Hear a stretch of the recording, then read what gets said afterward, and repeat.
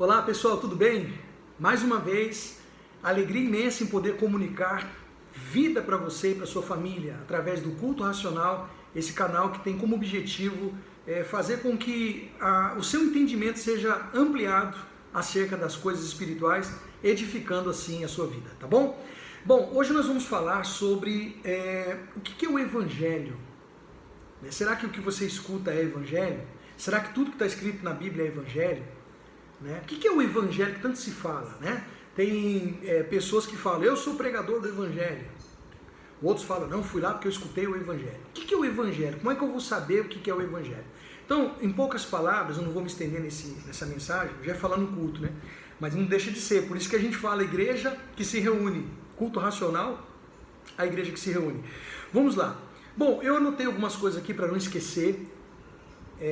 Vamos falar sobre o coração do Evangelho, a essência do Evangelho, a força, o poder, o que o Evangelho faz com uma pessoa, ok? Vamos lá, a palavra Evangelho significa boas novas, ok? Mas isso aí é o significado da palavra Evangelho, que quer dizer boas novas, ok? Mas na essência ali, o significado do Evangelho é a comunicação de Deus com o ser humano, trazendo boas notícias, novas notícias. Significa que Deus tem coisas novas, boas para o povo. E do que se trata essas coisas novas? Do plano de salvação que Deus ele colocou e que executou através do seu Filho. Então Deus tinha um plano de salvação. O que eu faço para salvar esse povo que está perdido, esse povo que está simplesmente desorientado, está condenado ao inferno? O que eu faço para salvar esse povo? Sendo ele justo e tendo que aplicar uma sentença de morte para aquele povo, todos nós, porque todos pecaram, todos nós pecamos, a nossa sentença era de morte. Então como que Deus faz para poder salvar esse povo? Ele tem que traçar um plano de salvação. E apesar de ele, com licença, ser justo e ter que aplicar a condenação, ele então cria um plano para salvar essas pessoas sem precisar executar essa justiça. Mas como ele faz isso? Sendo injusto? Não. Alguém tem que pagar, alguém tem que ser punido, alguém tem que responder pelos pecados da humanidade. E aí quem é que faz isso? Porque enviou homens, enviou profetas, e todos eles pecaram. Enviou heróis da fé, mas todos eles pecaram. Então tinha que ter um que não tinha pecado. Tinha que ter um que não houvesse dolo, que não houvesse pecado. Então ele envia o seu Filho. E um dos versículos chaves é o 2 Coríntios 5, 21, que é assim a chave desse Evangelho. E lá onde fala, e aquele que não conheceu o pecado foi feito pecado. Ele o fez pecado, para que através dele nós fôssemos feitos justiça de Deus. Então o Evangelho se consiste em quê? Se consiste no nascimento, vida, morte e ressurreição de Cristo. Tá? O Evangelho se consiste em nascimento, vida, morte e ressurreição de Cristo. É nisso que se consiste o Evangelho. O Evangelho não se consiste em outra coisa, é nisso. Por quê? Porque, segundo o plano de salvação, era ele que deveria vir, era ele que teria que viver dando os exemplos, ele iria morrer e ressuscitar. Entende como é que funciona? Ele iria morrer, a forma que morreu, sendo imputados os pecados nele, aplacada a justiça de Deus na morte de Cristo e a ressurreição dele. Ok? Vamos falar de cada item desse aqui agora, eu escrevi para não esquecer.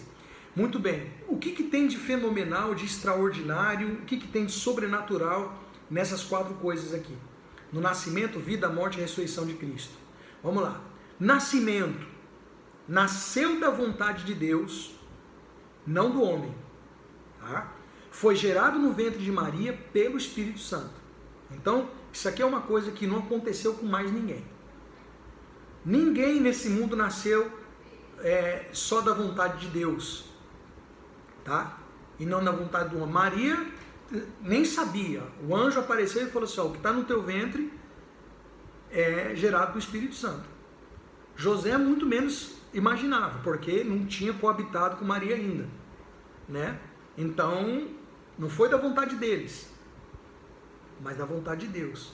E a forma que ele foi gerado no ventre de Maria, que foi pelo Espírito Santo. Então, isso daí é o plano. Nasce o evangelho ali, já começa ali, ó, o plano de Deus, ok? Vida.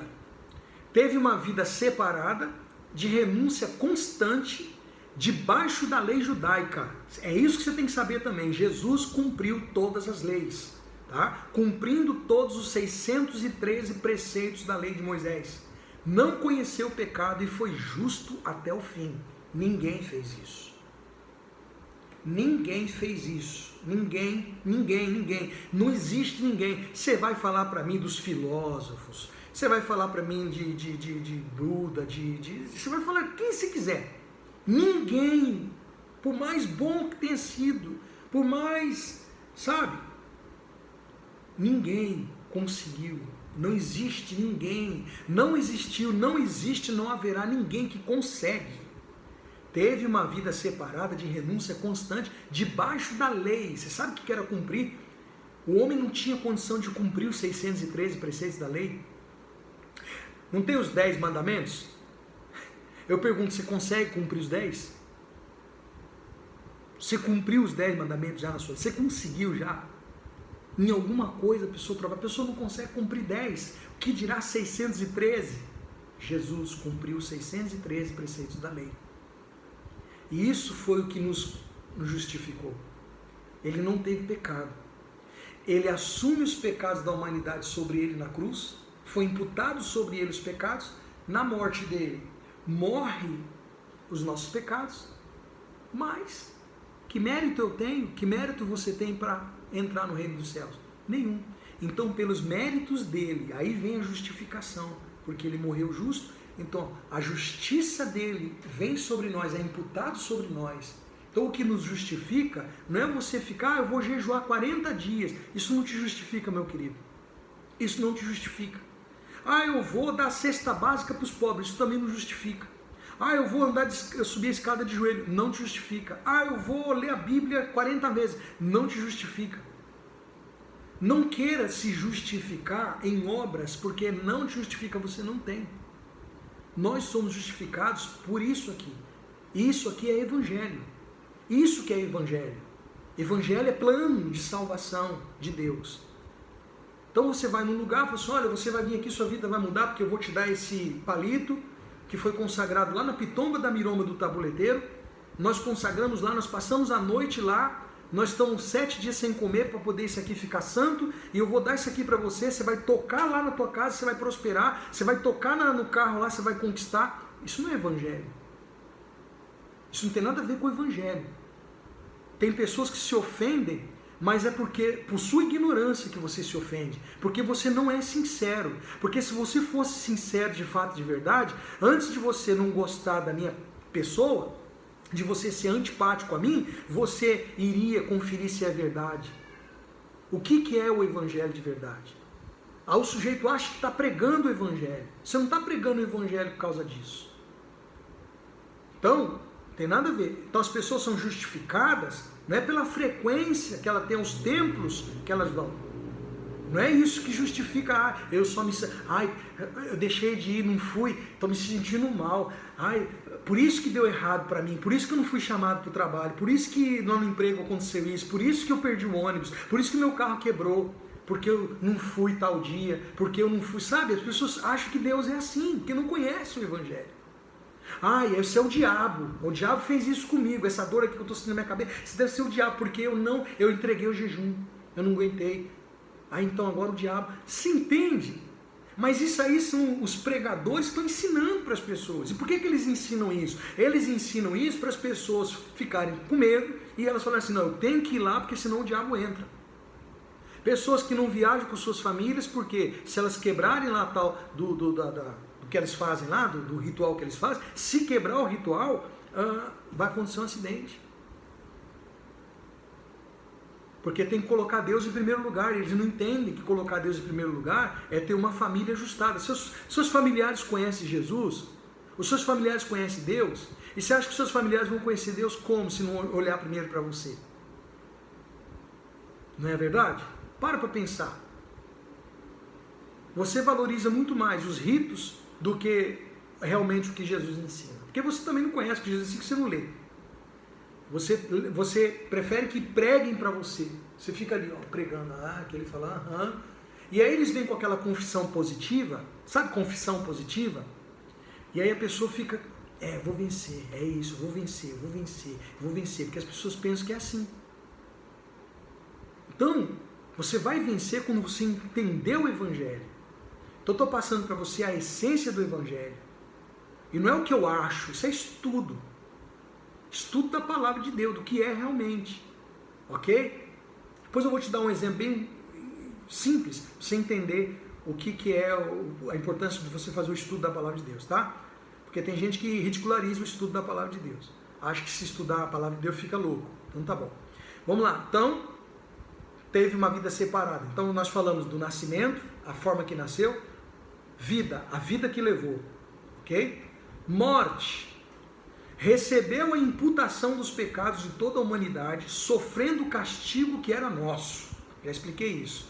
Se fazendo maldito em nosso lugar, foi punido pela nossa culpa, bebendo o cálice do furor de Deus. E tinha gente, eu também achava que o cálice era apanhar, né? Quando ele fala assim, Pai, se possível, passa de mim esse cálice. Ele não queria ir para a cruz, estava com medo da cruz, estava com medo do chicote, estava com medo do que ia passar. Gente, ignorância, não sabíamos. Não era isso. Jesus não estava com medo de ir para a cruz, ele veio. A missão do Filho foi vir para passar por isso. Por que você acha que Jesus nunca retrucou? Jesus nunca retrucou, aceitou tudo. Pedro, quando ele foi preso, Pedro pegou a espada. Ele falou, Pedro, coloca a espada na bainha. Coloca a espada na bainha. Tem que se cumprir, eu vim aqui para isso. Jesus não estava com medo de ir para a cruz. Jesus não estava com medo de receber as chicotadas e apanhar muito. Ele não estava com medo disso. A agonia que Jesus sentia, a fraqueza, a angústia que ele tinha na sua alma, eram porque os pecados da humanidade estavam sendo imputados nele naquele momento.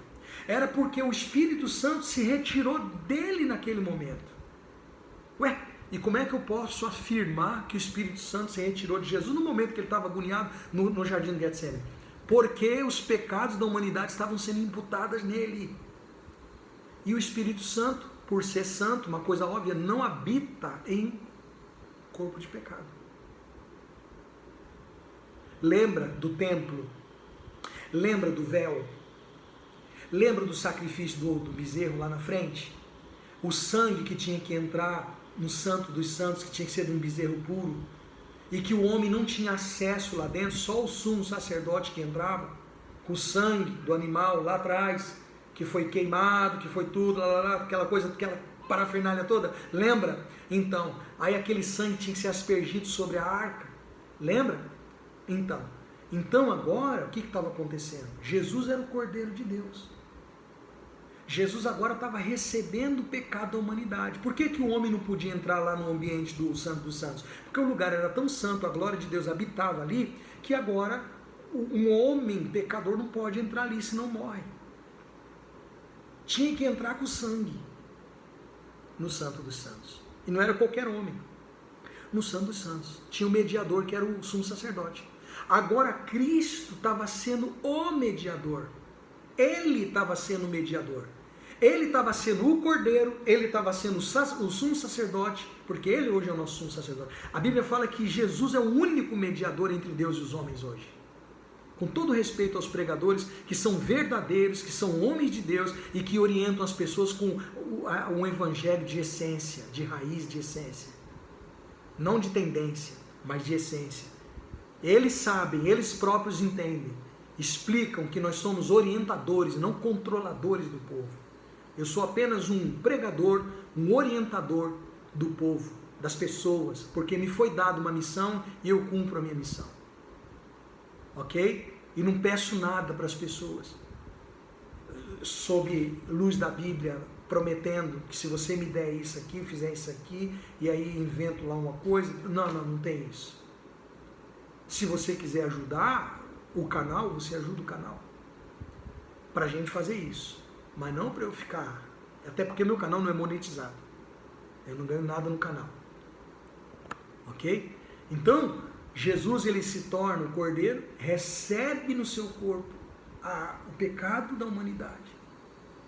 E aí ele apanha, lembra lá Isaías? O castigo que nos traz a paz estava sobre ele. Então ele começa a apanhar. Os nossos delitos e pecados são castigados em Jesus, na carne dele.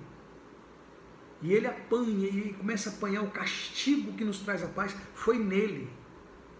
E pelas suas pisaduras fomos sarados. O sarado só é levado para a cura do físico. O pecado é uma doença que corrói e destrói a alma das pessoas e leva elas para o inferno.